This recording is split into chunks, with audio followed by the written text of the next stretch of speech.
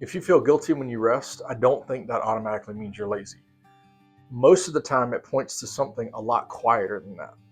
Somewhere along the way, you likely absorb the idea that your value is connected to being useful. So when you stop producing or solving or leading or carrying something, it doesn't just register as unproductive for you. It can feel exposing, like you're sitting there without the layer that normally defines you.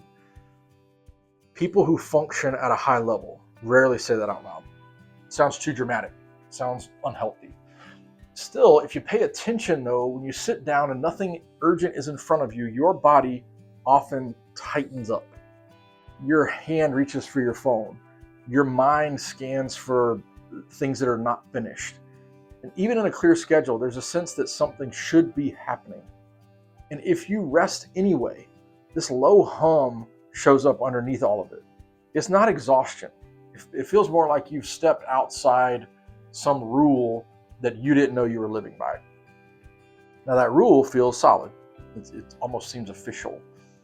Yet, it's hard to find anywhere where it was written down.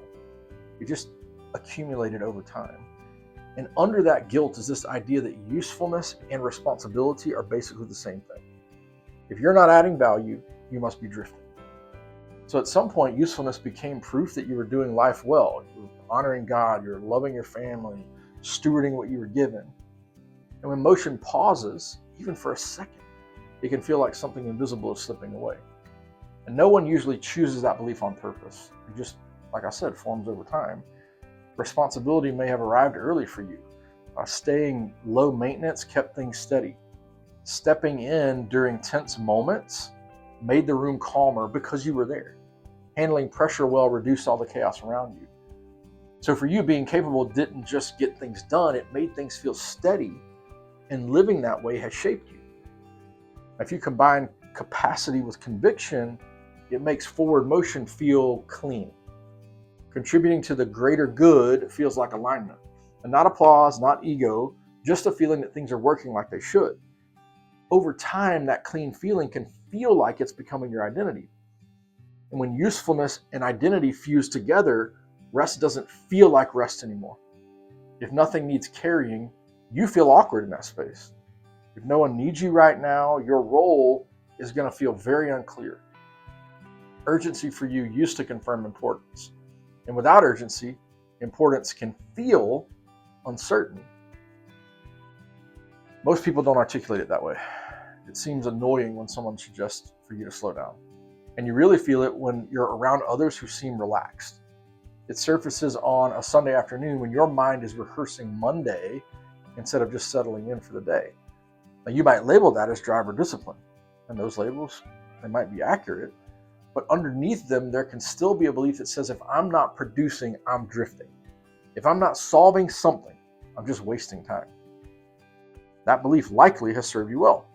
It helped you build stability, and it may have even protected the people that you care about. Listen, discipline and responsibility are not the issue.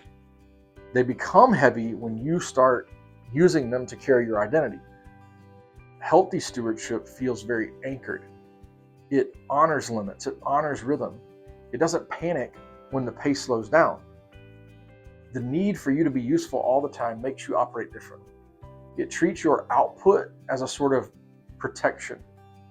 And it could sound noble and maybe even spiritual, and yet underneath all that, there's this fear of becoming unnecessary or disappointing others, or fear of falling behind.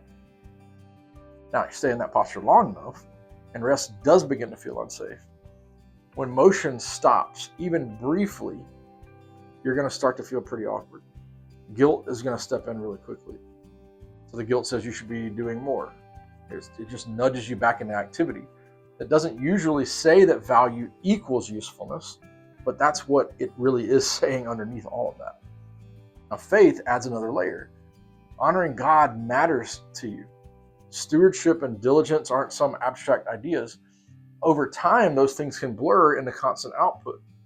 Your relationship with God can start to mirror a performance. You show up, you execute, you evaluate. Just being, though, becomes unfamiliar. If you're living on this earth and you don't contribute in some way, that feels very indulgent for you, and maybe even a little bit irresponsible. You might agree that worth comes from being loved by God and not from your output, yet in everyday life, your security often rises and falls with your productivity. A full calendar feels stabilizing. An open calendar feels unsettling. Restlessness in those moments reveals something very important. Your nervous system has learned over time that motion equals safety. So when stillness comes on the scene, your system just doesn't know what to do with it. So it produces guilt. Guilt is actionable. It gives you a task. Emptiness is less defined. Strong, disciplined people can live from this belief for years without even noticing it. And it's not about laziness. It's not really about burnout either. It's about identity. If rest feels wrong for you, it may be because stillness exposes who you are without the armor of usefulness. That exposure feels very vulnerable. Look, carrying weight is not the villain. Capacity is not the problem. Enjoying contribution does not need to feel shameful.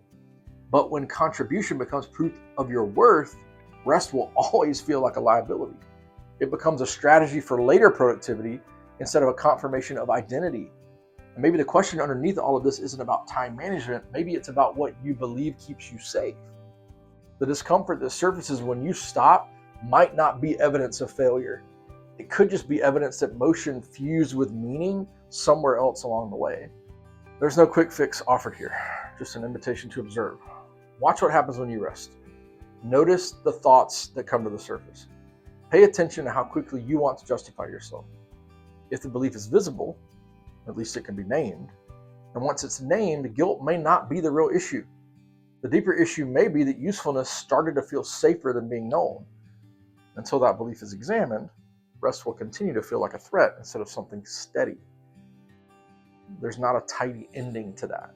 For many strong, responsible, faith-minded adults, the hardest thing isn't working hard. It's sitting still without earning their place. If that feels familiar, this might not be about productivity at all. It may be about who you believe you are when no one needs anything from you.